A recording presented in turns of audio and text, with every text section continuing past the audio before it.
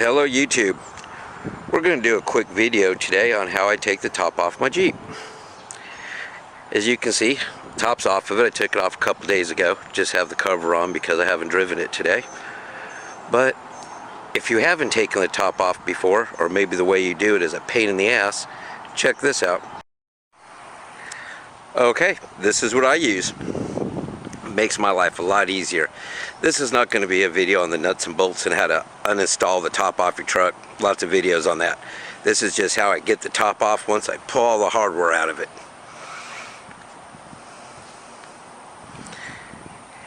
And I keep the wood down there because I don't want to have to keep mowing underneath it and weed eating it, and it just makes my life easier.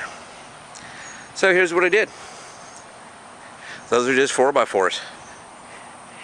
Stuck them in the ground about 2 foot, cemented them in. It's got a bag of cement on each side.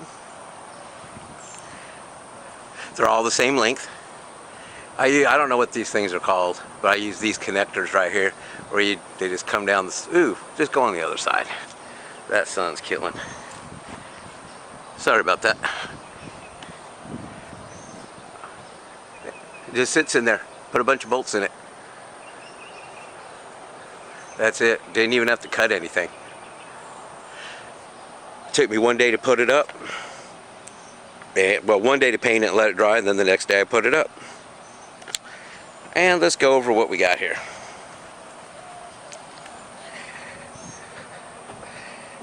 This is the leftover. This is where I use. This is synthetic winch line.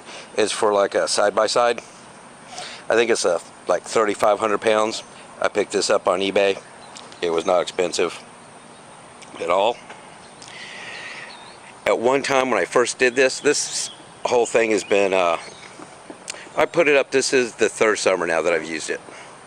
So when I first started, I had the Walmart straps. They were shorter, and I had multiple straps hooked together, and it didn't work, and they were fraying, and it sucked. The only place I could find these were eBay. And let me get you in here. There we go.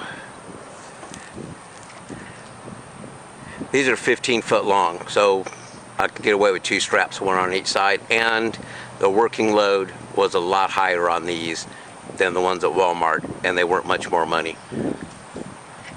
But that's that. Just run it down. Now, before I had the Rhino rack on it, because as you can see it's run through the rack, it used to just run right here.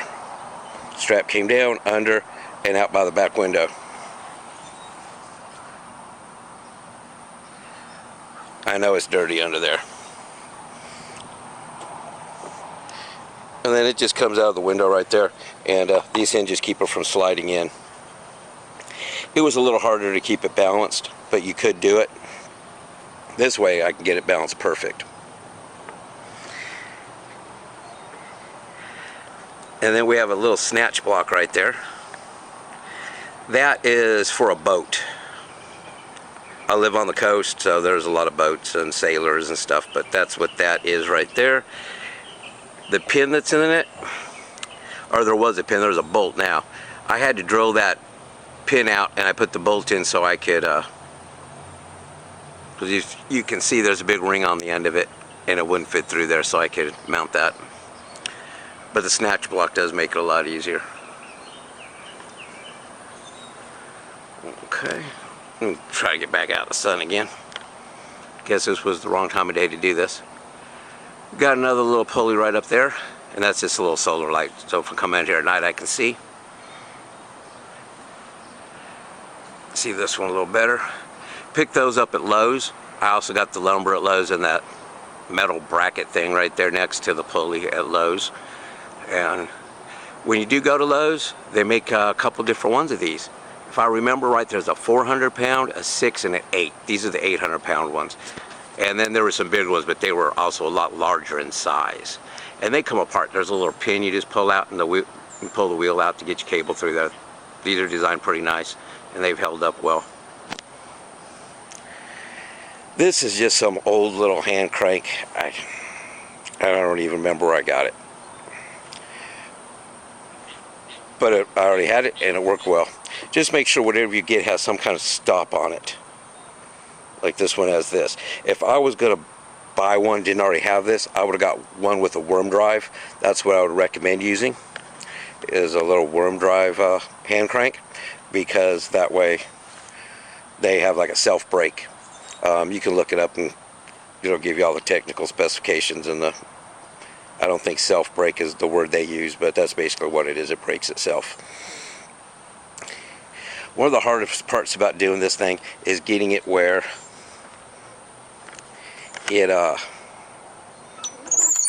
it's level. But as you can see,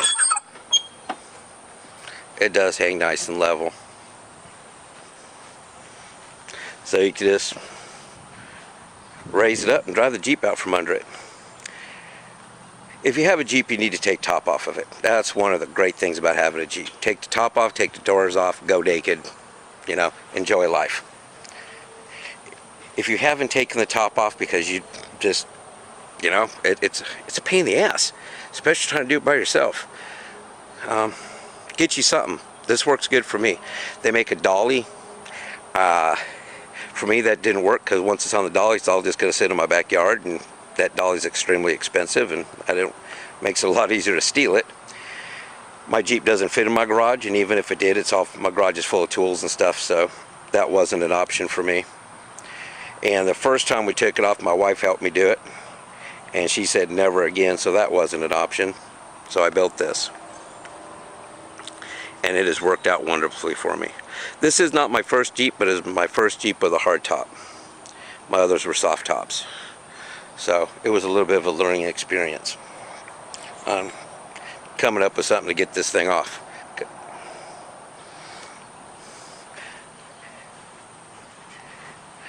But like I said, this is not bad. You do have to have a place to put this. This is just in my backyard. It's behind my garage where I keep my firewood and stuff. So it's pretty much out of the way. And except for the trash can, which eventually I'll come up with something better, it doesn't look bad. Anyway, hopefully this helps somebody out, and now it'll be a lot easier for you to get naked and enjoy your Jeep. As always, God bless and happy Jeeping.